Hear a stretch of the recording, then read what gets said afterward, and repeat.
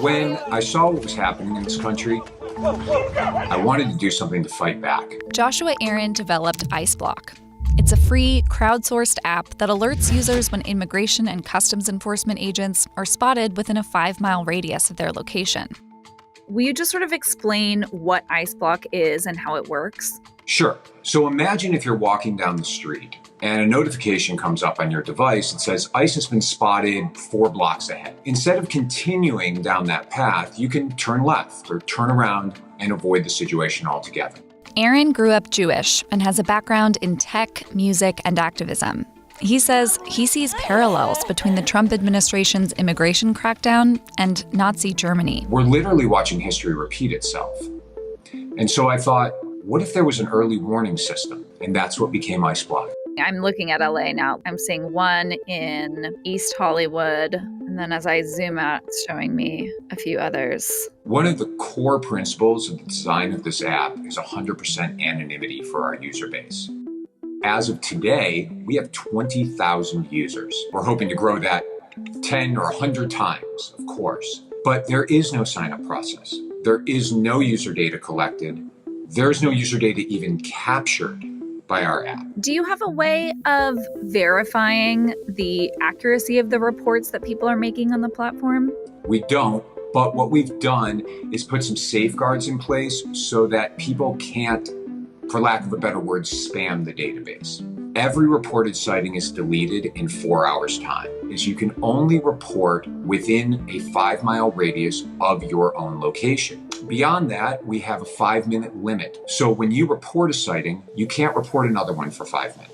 CNN reached out to ICE for comment about the app and Aaron's characterization of its enforcement actions. The agency did not respond. We have also seen the way that many big tech leaders have supported Trump, donated to him, showed up at the inauguration. But what you're doing is challenging the policies of the Trump administration. And I wonder what you would say to the other leaders and your colleagues in this industry. I think I would say grow a backbone. You can't just be about the money. I understand that you have shareholders to report to. I understand that you have employees that need their paychecks. But at what point do you say enough is enough? On foot and up high on a cherry picker, a number of workers at a construction site off mile marker 13 trying to get away from immigration officials, some crossing the busy I-35 highway as traffic passed by. I saw ICE surrounding the building and they started picking up people. They started asking them for their documents, I think. Chaos erupted Thursday morning after ICE conducted what they call routine immigration enforcement activities in Laredo, leading to the arrest of 24 Mexican nationals. Other workers at the site calling out federal agents. They are here bothering people.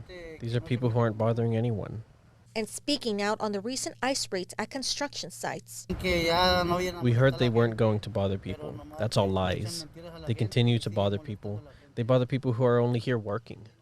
ICE confirming the undocumented were taken in by ICE custody for processing. The Laredo Fire Department was also at the scene. In a statement, they clarified their involvement was strictly limited to providing medical standby support, as is standard during any large-scale or potentially hazardous operation. And want to make clear, the Laredo Fire Department is not involved in deportation efforts or any immigration enforcement operations. It remains unclear who or what construction group hired the workers. ICE goes on to say, under federal law, employers are required to verify the identity and employment eligibility of all individuals they hire. New tonight, a child suffering from leukemia is in ICE custody. They and their family are being held at a detention center about 90 miles southwest of San Antonio. News 4 San Antonio's Destiny Fuller joins us now with the details. Andy, one attorney on this case tells us her team is fighting for this family's constitutional rights and their health. They were transferred from California to the Dilly Detention Center, which has already seen one death, and they're trying to keep their client from becoming another.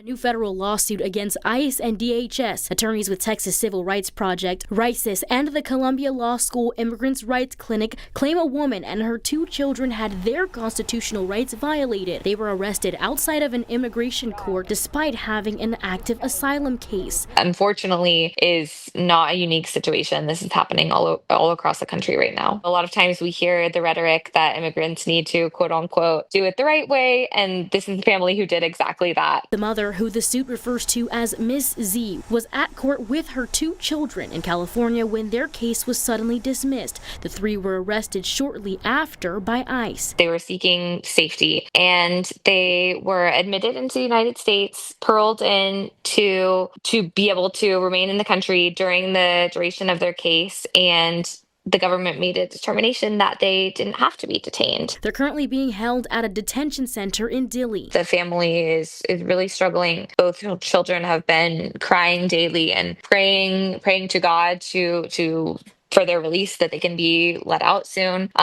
They've both lost their appetite. They're not eating well. We've also learned the youngest of the 2 children is diagnosed with leukemia. The 6-year-old boy has already missed treatments. This is all in a detention facility that has a long history of providing subpar medical treatment or not providing medical treatment at all in some instances. She also mentioned the 2018 death of a toddler in the same facility. A spokesperson for immigration advocacy group RISIS, a co-counsel on the case, also commented on the detention center's condition, saying families report that the medical care at Dilly is inadequate, disorganized, and indifferent to the urgency of pediatric health needs.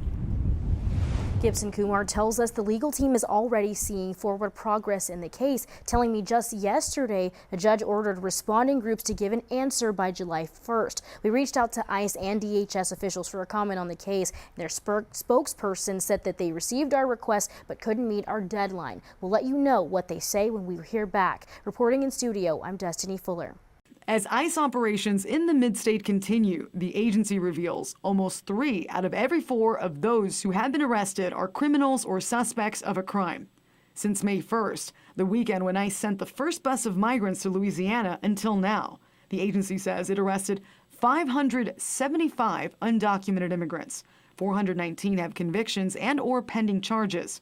Early in the operation, Nashville Mayor Freddie O'Connell shared his skepticism ICE was targeting criminals. If ICE released the names, you'd probably hear about the father who was stopped as he returned home from buying decorations for his son's birthday party. These raids aren't about safety. In an exclusive ICE ride-along earlier this month, we saw ICE officers arrest convicted child molester Jorge Ricardo Cajitas Vegas from Cuba.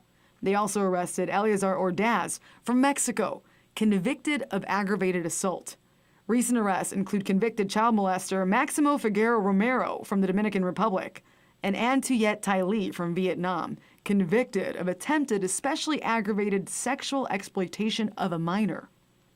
Congressman Andy Ogles called for 2 congressional committees to investigate Mayor O'Connell over suspicion of obstructing ICE operations, referencing the new information on ICE arrests. The data points speak for themselves. That just underscores the fact that he not only is he a mayor, but he is a radical activist. Fox 17 News reached out to the mayor's office Wednesday and again on Thursday for comment with no response to the new data. We spoke to Anselmo Jacob, whose parents are undocumented immigrants. And if they have no problems, like I understand, like if they have like criminal records and stuff like that, but still, like they shouldn't be deported.